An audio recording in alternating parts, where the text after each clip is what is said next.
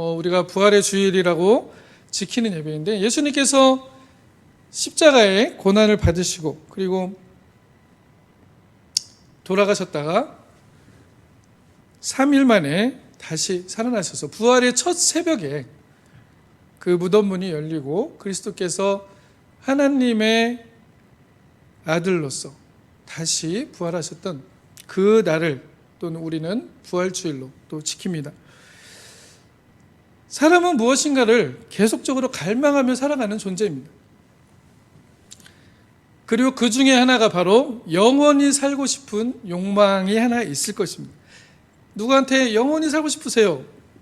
라고 질문했을 때 아마 그것을 싫다고 하는 사람은 아마 없을 겁니다. 지금 내가 죽어야지 이런 얘기 하시는 분들도 많이 계시는데, 그런 분들한테도 사실 죽음의 상황에 딱 맞닥뜨렸을 때 그분도 자기도 모르게 살려주세요 라는 말이 나올 정도입니다. 이것이 사실 인간의 우리가 속으로 갈망하고 있는 모습입니다.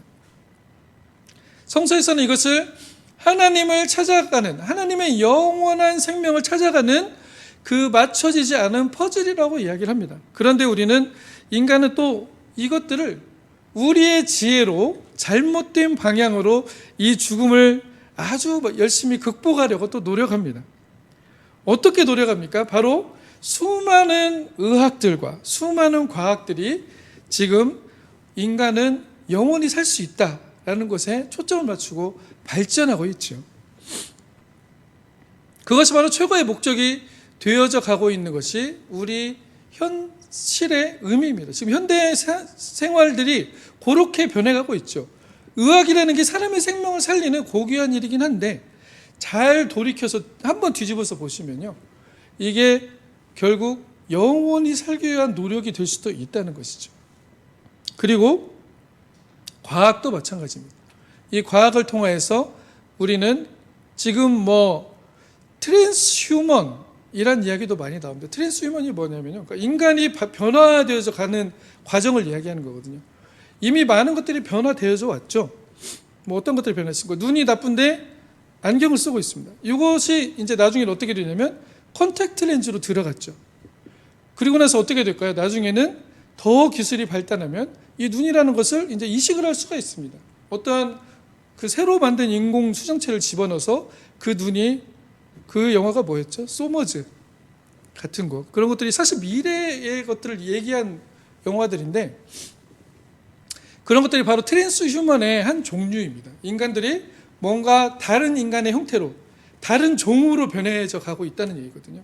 그렇기 때문에 이 트랜스휴먼의 시대에 우리가 살고 있어요, 이미. 영화 또 뭐가 있습니까? 로보캅 같은 거. 그런 영화들이 다 그런 트랜스휴먼에 대해서 이야기하고 있는 영화들입니다. 결국 어디까지가 인간이냐는 거죠, 궁극적으로 가면. 이 뇌만 남았는데 그러면 저 사람은, 저 물체는 사람인가 로봇인가, 이러한 고민까지 나중에는 생기게 되는 겁니다. 그래서 그 뇌 안에 있는 그런 생각만 있다면 그것이 인간이 되지 않을까라는 생각을 해서 지금은 어떤 기술까지 나왔습니까? 바로 인간의 뇌파는 전자파잖아요. 그 전자파를 디지털화 시킬 수가 있습니다, 과학적으로. 그래서 그 디지털화 시킨 전자파를 다운로드 받을 수 있는 기술까지도 이미 되어 있습니다. 그렇게 됐을 때 어떻게 될까요? 그 나의 뇌에 있는 수많은 것들을 다운로드 받아가지고 다른 로봇에게 집어넣는 그런 영화들이 있었죠. 그리고 그 다음에는 무슨 영화들이 있었습니까? 그 뇌 안에 있는 뇌의 정보들을 전자파화 시켜가지고 디지털화 시켜가지고 컴퓨터 안으로 다운로드하는 그러한 영화들도 있었습니다. 이게 사실 영화의 얘기가 아니고요, 현실에서 가능한 이야기입니다. 이미 독일의 아헨 공대 같은 데서는 이 뇌파를 읽을 수 있는, 그러니까 여기다 헬멧을 쓰면 인간이 생각하는 그 뇌파를 그대로 전기화 시켜가지고 자동차로 전해줍니다. 그러면 사람이 생각하는 것만으로 자동차를 움직일 수 있는 그 정도의 기술들을 이미 가지고 있습니다. 먼 옛날의 이야기들이 아니라는 것이죠. 아까 잠깐 얘기했던 그 커즈와일이라는 사람, 그 신디사이저를 만들었다는 그 커즈와일이라는 분도 같은 의미입니다. 그분이 구글의 테크니컬 디렉터로 나중에 가셨는데 그 사람이 이야기하는 것은 무엇이냐면 사람은 이렇게 모든 것이 가능하다는 거예요. 그렇기 때문에 사람은 영원히 살 수 있는 존재이다라는 것이 그들이 추구하는 결론들입니다. 그러나 과연 인간들이 이렇게 추구하는 영원의 삶, 그것이 과연 사람이 만들어낸 지혜 안에서 이루어질 수 있을까? 그리고 당연히 만약에 이루어진다고 하더라도 이것이 그들에게 진정한 행복을 줄 수 있을까라고 생각해 봤을 때 아마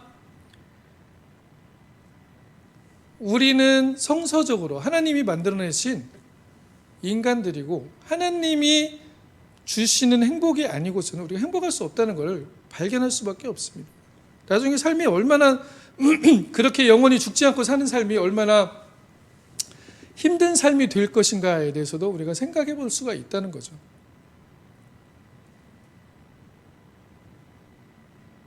그게 무슨 드라마였죠? 뭐 옛날에 도깨비란 드라마가 있었습니다. 그 도깨비란 드라마가 그런 내용을 비슷하게 담고 있어요. 사실은 죽지 못하는 거예요. 내가 죽고 싶은데도 죽지 못하는, 그래서 삶이 연장되고 있는 그러한 상태들을 또 표현하기도 합니다. 인간이 그냥 오래 생명이 연장된다고 해서 과연 그것이 행복한 것일까라지 우리가 다시 한번 깊이 생각해 봐야 되는 의미이죠.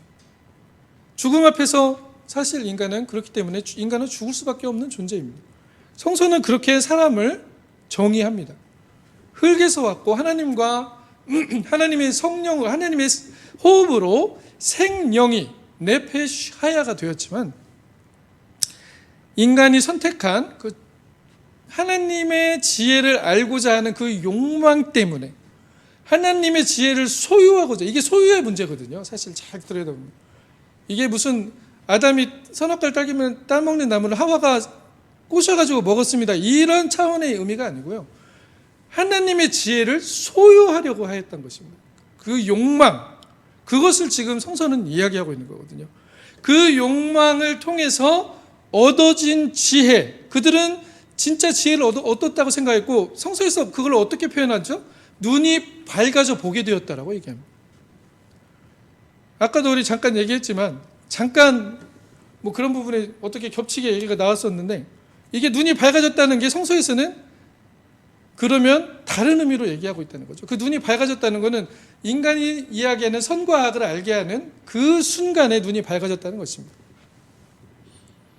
온전한 상태가 아닌데 그 상태를 온전하다라고 믿고 사람은 살아가면서 어떠한 것들을 그 이후에 만들어내기 시작했습니다. 그것이 이제 문화가 되겠죠. 자연을 밭 갈고 뭐 발 갈고 돌을 만지면서 뭐 칼이 나오고 무기들이 나오고 그러지 않습니까? 그러면서 그 지혜들이 만들어낸 것들은 결국 어떻게 됩니까? 동생을 쳐 죽이고 서로 전쟁하게 되는 그러한 것들을 만들어내는 그러한 지혜들로 사용되어진 것이 바로 사람이 만들어내는 지혜였다는 것입니다. 그런데 그것을 성서는 이렇게 얘기합니다. 고린도전서 15장 20절에 아까 우리 본문에 사망이 한 사람으로 말미암았으니라고 이야기하는 것입니다. 아담으로부터 사망이 시작되었다라고 이야기하는 것이죠. 그들이 깨어난 것 같았고 눈이 밝아진 것 같았지만 그들이 만들어낸 상태는, 결국 그들이 만들어내는 삶의 열매들은 죽음으로 향하고 있었다는 것을 말하고 있는 것입니다. 아담의 선택으로 말미암아 사람이 죽음이라는 것과 마주치게 되었다는 것을 이야기하고 있죠. 그래서 로마서 6장 23절에는 죄의 삭은 사망이다 라고 얘기하는 것입니다.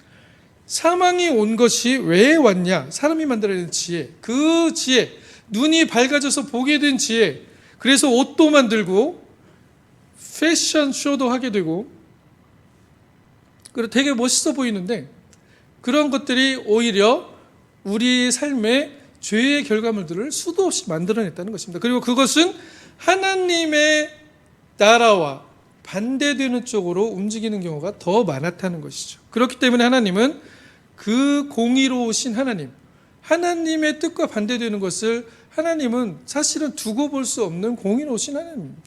그렇기 때문에 그 공의를, 정의를 하게 하기 위해서 자신이 직접 오신 것이죠. 이제 안 되겠다. 내가 직접 가야겠구나라고. 그 하나님의 말씀이 육신이 되어서 오신 것이 바로 그리스도다라고 성서는 이야기하고 있습니다. 그래서 그 말씀이 그대로 하나님의 말씀대로 살아갔는데, 인간이 할 수 없는 것을 그리스도는 하나님의 말씀대로 살아가는 삶을 보여주셨는데, 많은 사람들이 그를 메시아라고 추종하면서 그의 힘에 감동하면서 추종했지만 결국 그들은 하나님을 하나님으로 만나지 못하게 됩니다. 구원자를 구원자로 만나지 못하게 됩니다.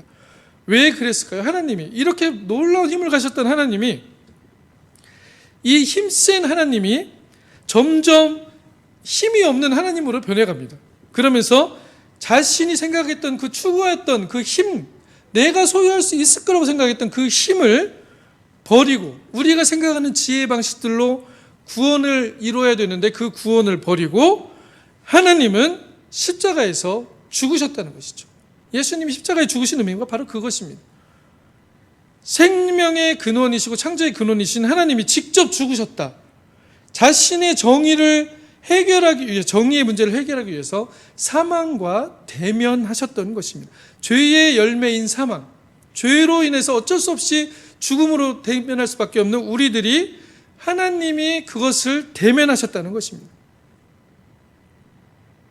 그 말은 예수님께서 인간의 모든 죄악된 삶을 그대로 대면했다는 말과 일맥상통하는 말이죠.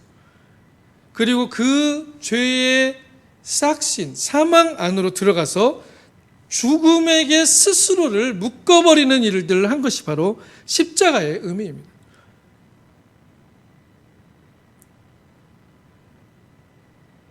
그래서 인간은 죽게 되어 있었는데, 인간은 죽을 수밖에 없는 존재였는데, 자신의 지혜에 얽매여서 만드는 수많은 일들이 궁극적으로 하나님 나라를 이루지 못하기 때문에 죽게 되어 있었는데, 하나님의 심판을 견디지 못하기 때문에 죽게 되어 있었는데, 그것을 그리스도께서 그 죽음 안으로 들어가서 본인이 죽으셨다는 것, 그게 사실 십자가의 대속의 의미예요.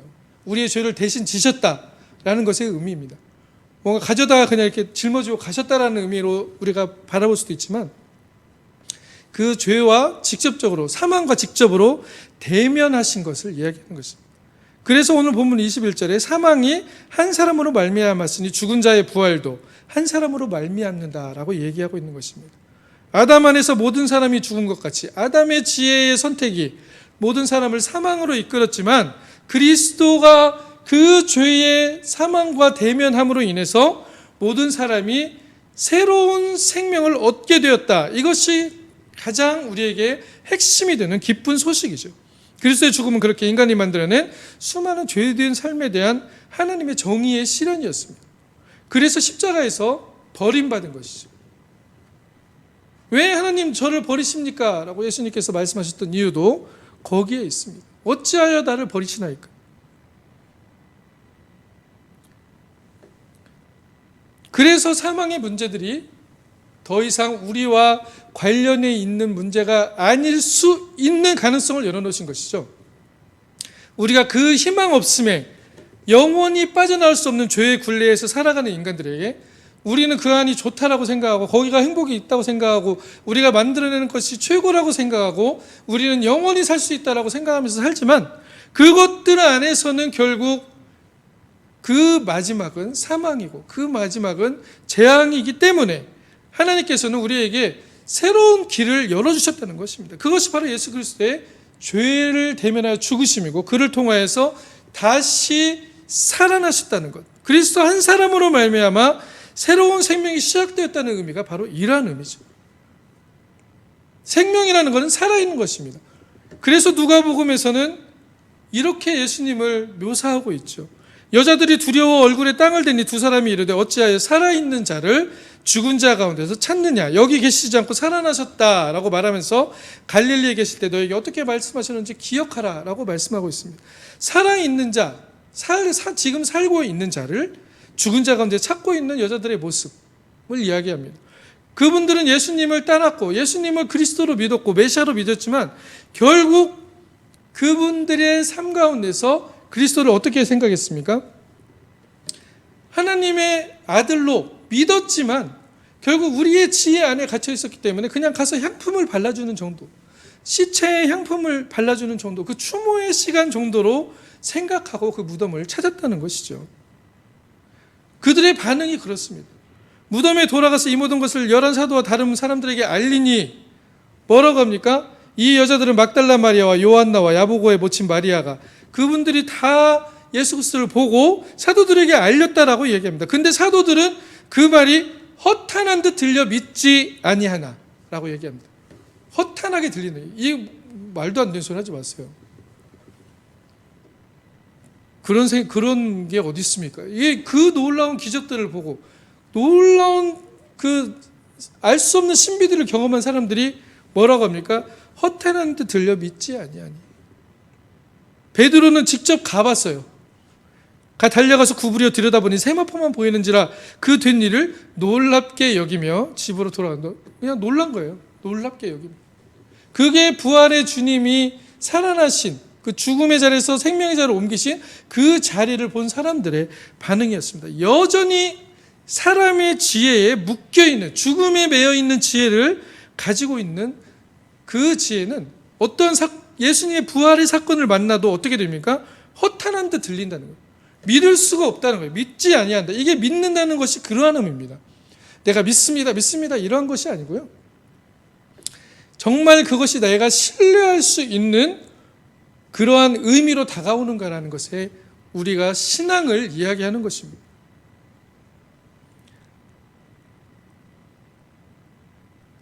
그러나 하나님의 아들이신 예수님은 아담의 지혜를 소유하려고 추구했던 그 인간들에게 그들의 기대를 완전히 깨버리시고 하나님의 놀라운 일들을 이루신다는 것입니다. 이게 바로 하나님이 일하시는 방식들입니다. 우리의 기대와 우리가 생각했던 계획들의 차원들을 넘어서면서 죽음을 넘어서려고 하는 사람들에게 하나님은 죽음은 오직 그리스도를 통해서만이 생명으로 변화될 수 있음을 말씀해 주고 있다는 것이죠.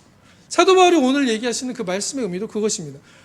우리의 삶이 이 세상뿐이면 우리가 제일 불쌍한 사람들일 것입니다. 그러나 그리스도라는 하나님의 아들이 죽음으로 인해서 우리에게 정말로 살아갈 수 있는 삶으로 연결되는 길을 열어주셨다라는 것을 이야기하고 있습니다. 죽음은 그렇기 때문에 끝이 아니다라는 것을 이야기하고 있는데 여기 우리의 지혜로는 죽음은 끝입니다. 인간의 지혜로 죽음은 끝이에요. 그렇기 때문에 어떻게든 그것을 극복해야 되는 거예요. 어떻게든 그것을 연장시켜야 되는 거예요. 그렇지 않으면 나는 끝난다라고 생각하는 거예요. 허탄한 말들을 계속적으로 만들어내는 것이 우리의 삶입니다. 그러나 예수님은 더 이상 죽음의 자리에 머물러 있지 않았습니다. 그 자리에 본인이 직접 십자가를 메고 들어가셔서 죽으심으로 생명으로 변화시켰다는 것입니다. 이러한 능력들을 그리스도는 우리에게 그 부활을 통해서 주시겠다라고 말씀하시면서 베드로후서 1장 4절에는 그래서 그 신기한 능력으로 생명과 경건에 속한 모든 것을 우리에게 주셨다라고 얘기하십니다. 자기의 영광과 덕으로 우리를 부르신 이를 알므로. 그 말들의 의미가 사실은 전부 이러한 의미들과 일맥상통하는 거예요. 그래서 우리가 너희가 정욕 때문에 세상에 썩어질 것을 피하여 신의 성품에 참여하는 자가 되게 하려 하였으니. 정욕이라는 건 욕망입니다. 우리가 추구한 욕망, 우리가 선하다고 추구하는 욕망 가운데도 하나님의 나라와 반대되는 것들이 있습니다. 이것은 도덕적으로 좋고 나쁨의 의미가 아니에요. 하나님의 나라는 도덕적인 것으로 판단할 수가 없습니다. 하나님의 나라는 하나님의 뜻이 이루어지고 나와 이웃이 그 안에서 하나님의 나라를 이루어가고 있는지 안 일어나고 있는지가 가장 관건입니다. 화평케 하는 자가 화평을 이루어가고 있는 자들, 평화를 이루어가는 자들이냐, 그 평화 안에서 하나님 나라의 열매들이 맺혀가고 있느냐 않느냐가 바로 하나님 나라의 관건이라는 것이죠. 그래서 마태복음의 5장에서는 예수님이 산상설교에서 화평케 한 자는 복이 있나니 하나님의 아들이라 일컬음을 받을 것이다. 신의 성품에 참여한 사람들이 될 것이다 라고 말씀하고 있는 것입니다. 오늘 본문 마지막 24절 25절에서 그 후에는 마지막이니 모든 통치자와 권세와 능력을 멸하시고 나라를 아버지 하나님께 바칠 때가 있다라고 말하면서 그 모든 원수를 그 발 아래 둘 때까지 반드시 왕노릇 하실 것이다. 예수님의 나라가 궁극적으로 승리할 것이라는 것을 말하고 있습니다. 그러면서 맨 나중에 멸망받을 원수는 사망이다라고 이야기하고 있습니다. 사망은 끝이 아니고 그리스도를 통해서 이미 그리스도가 대면함으로 인해서 그 사망과 만남으로 인해서 더 이상 사망은 인간의 삶에 관여할 수 없게 되었다는 것을 이야기하고 있습니다. 그리스도는 이렇게 우리에게 새로운 삶으로 요청하고 계십니다. 인간의 지혜는 어떻습니까? 십자가의 도가 멸망하는 자들에게는 미련한 것이요 구원을 받는 우리에게는 하나님의 능력이다라고 말씀하시는 고린도전서 1장 18절의 말씀이 바로 그러한 의미로 우리에게 다가옵니다. 기록된 바 내가 지혜 있는 자들의 지혜를 멸하고 총명한 자들의 총명을 폐하리라. 모든 것이 지혜와 연결되어 있어요. 지혜라는 것은 우리의 생각들을 만들어내는 것이죠. 하나님의 지혜와 인간의 지혜가 대립하고 있습니다. 인간의 지혜가 만들어낸 세상들의 가치와 문화들이 당연한 것이라고 우리는 여기며 살아가지만 사실 그 안에서 하나님의 나라는 역동적으로 움직이고 있습니다. 바로 그리스도의 길과 성령의 지혜만이 하나님의 나라를 발견할 수 있다. 그것이 바로 밭에 감추인 보화를 발견한 사람들의 의미입니다. 이 생명의 열매를 맺으시며 첫 열매이신 그리스도의 삶을 또한 우리도 살아가고 놀라운 하나님의 함께하심과 나의 인생을 통해 이루시는 놀라운 하나님들의 일들을 발견하시기를 또 축복합니다. 그를 통해서 내가 받은 복들이 내게 이루어진 놀라운 하나님의 일들이 나와 이웃에게 필요한 이웃을 돌아보고 고통받는 이웃과 함께 울고 웃는 그 이웃과 함께 기뻐하고 화평하고 평화한 하나님 나라를 이루어가시기를 그리스도 이름으로 간절히 축원합니다. 아멘. 자, 이 말씀 생각하시면서 우리 요한계시록 마지막 장에 마라나타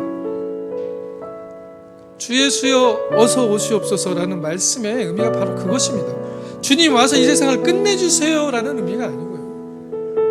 예수님이 오심으로 하나님의 나라가 온전하게 이루어지기 때문입니다. 진정한 평화가 이루어지는 거예요. 진정한 평안이 이루어지는 거예요. 주위를 둘러보세요. 얼마나 수많은 미움들이 있습니까? 얼마나 수많은 전쟁들이 있습니까? 얼마나 수많은 살인과 이웃을 소외시키고 그러한 삶들이 많이 있습니다.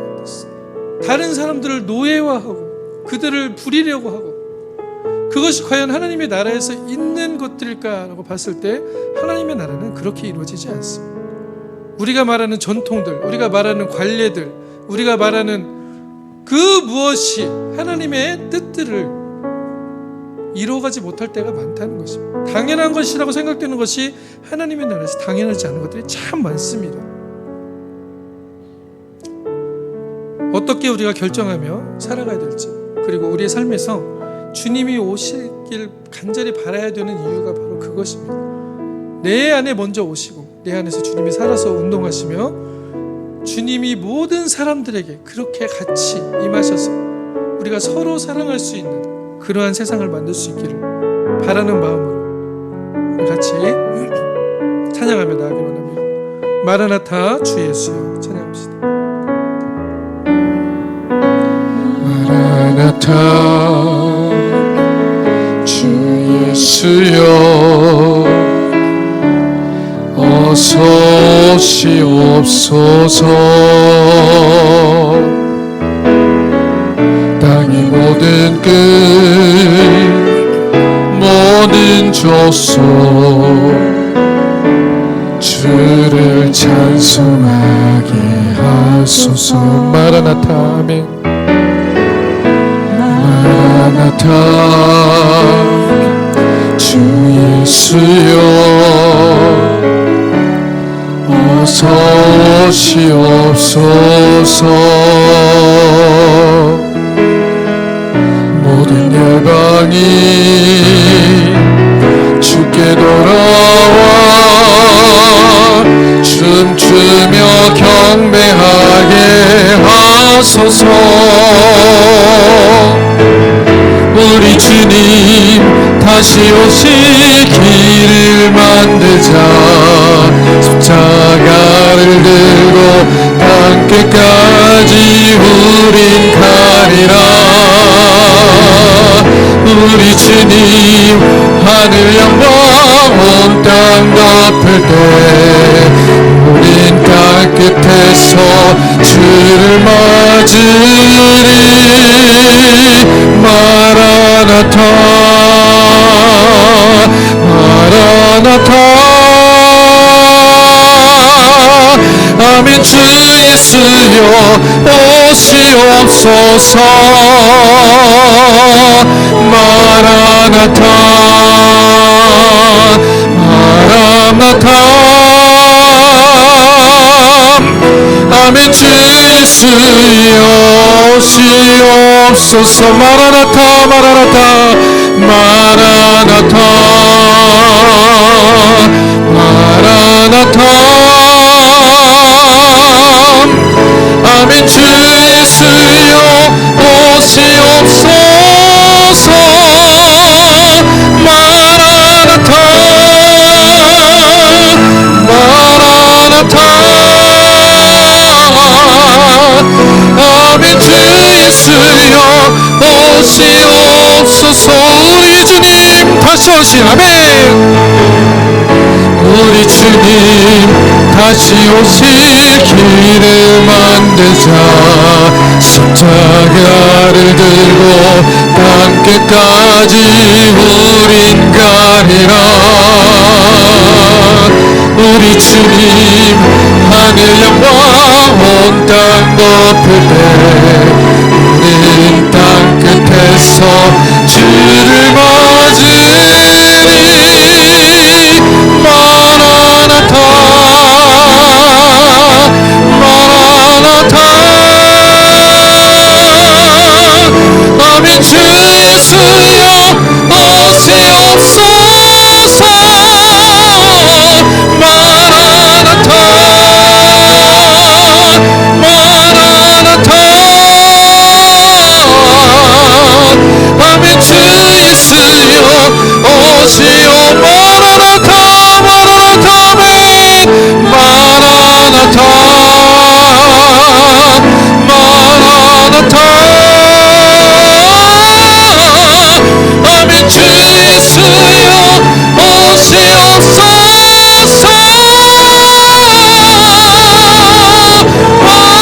마라나타 마라나타. 아멘. 주 예수여 오시옵소서.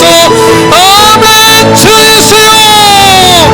아멘. 주 예수여 오시옵소서. 아멘. 주 예수여. 아멘. 주 예수여 오시옵소서.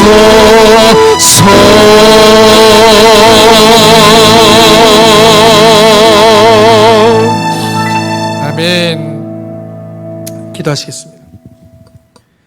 사랑해 주님 감사합니다. 주님 오시는 그날까지 우리가 갈급하고 사모하는 심령으로 주님의 나라를 구하며 살아가길 원합니다. 아버지 하나님, 우리가 걸어가는 발걸음 안에 하나님의 지혜를 주시옵시고 하나님의 놀라운 변화된 존재로서 신의 성품에 참여한 자들로서 하나님의 자녀들로서 정말 십자가의 도가 가장 지혜로운 길이며 생명의 길이며 하나님이 주시는 놀라운 복에 이르는 길임을 발견하고 하나님 나라를 향하여 걸어가는 우리들, 하나님의 일하시는 곳에 우리의 삶을 던지는 우리들 되게 하여 주시옵소서. 그를 위하여 우리의 시간과 재능과 물질들을 던지며 아버지 나라를 위하여 헌신합니다. 아버지 하나님이 우리의 헌신하는 삶 가운데 주님의 놀라운 복으로 함께 해주시옵시고 아버지 하나님이여 정말 우리가 살아가는 모든 것들이 궁핍하지 않고 풍요하여 많은 이들과 나누며 살아갈 수 있는 그러한 또 풍요함도 주님 허락하여 주시옵소서.